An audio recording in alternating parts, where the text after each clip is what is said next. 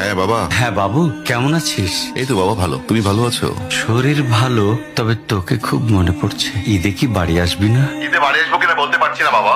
তোমার অ্যাকাউন্টে টাকা পাঠিয়ে দিয়েছি বাবা, আমার প্রমোশন হয়েছে, স্যালারিও বেড়েছে, পুরো 1,00,000। আলহামদুলিল্লাহ। বাবা তুমি তো বলেছিলে পিতৃদিন কখনো শোধ হয় না।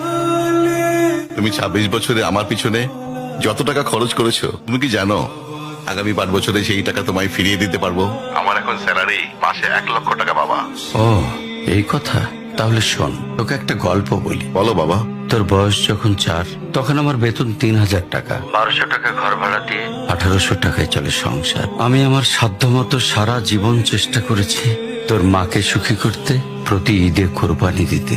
তোকে যেবার প্রথম স্কুলে ভর্তি করালাম, সেবারই প্রথম আমরা আমাদের কোরবানি দিতে পারিনি। সে বছর তোর মাকেও কোনো উপহার দিতে পারিনি।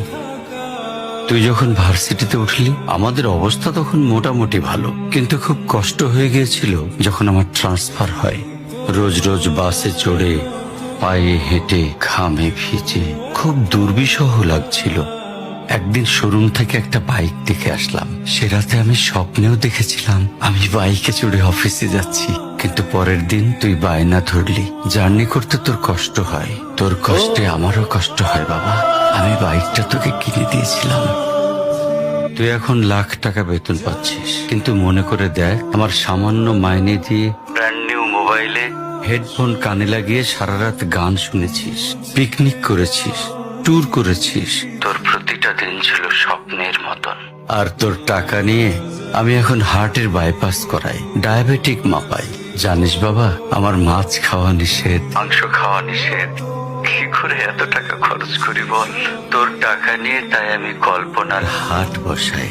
সেই হাটে আমি বাইক চালিয়ে সারা শহর ঘুরে বেড়াই, বন্ধুদের নিয়ে সিনেমা দেখতে যাই, তোর মার হাত ধরে চাঁদনি পশরের সেন্ট মার্টিনের বালুচরে হেঁটে বেড়াই। চুপ করো বাবা প্লিজ, আমি তোমার কাছে চলে আসবো। তোমার টাকা না, আমি তোমার ভালোবাসা তোমায় ফিরিয়ে দিব বাবা। বোকা ছেলে, বাবাদের ভালোবাসা কখনো ফিরিয়ে দেওয়া যায় না। তোকে একটা প্রশ্ন করি বাবা, ধর তুই, আমি আর তোর খোকা তিনজন এক নৌকায় বসে আছি। হঠাৎ নৌকাটা ডুবতে শুরু করলো। যে কোনো একজনকে তুই বাঁচাতে পারবি, কাকে বাঁচাবি? উত্তর দিতে হবে না। ছেলেরা বাবা হয়, বাবারা কখনো ছেলে হতে পারেনি। পৃথিবীতে সবচেয়ে ভারী জিনিস কি জানিস? পিতার কাঁধে পুত্রের লাশ। আমি শুধু জায়নামাজে বসে একটা জিনিস চাই, আমার কবরের ঘরটায় যেন আমি আমার ছেলের কাঁধে চড়ে যাই। তাহলে তুই একটা ঋণ শোধ করতে পারবি, তোকে কোলে নেয়ার ঋণ।